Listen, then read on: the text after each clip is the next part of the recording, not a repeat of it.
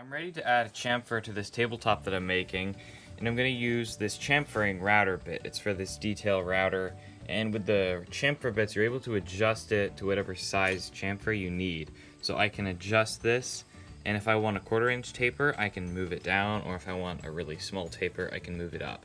So right now I have it just about on its smallest size that it can cut, because this is going to be on the bottom of the table, so I just want to break the edge. And I really like how that turned out. It's very uniform, which is one reason why I'm using the router, and just that little bit of chamfer breaks the edge. And just for the bottom of the table, I don't need it to be a very large chamfer. On the top, I think I'm going to do a little bit more.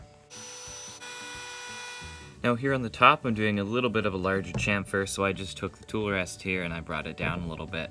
And I like having the larger chamfer on the top. It kind of distincts which side is the top and which side is the bottom.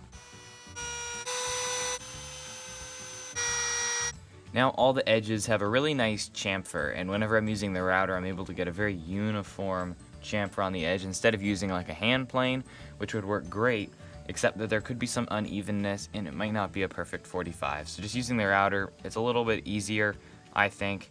Hand plane might do it a little bit faster, but this way it's a lot more uniform.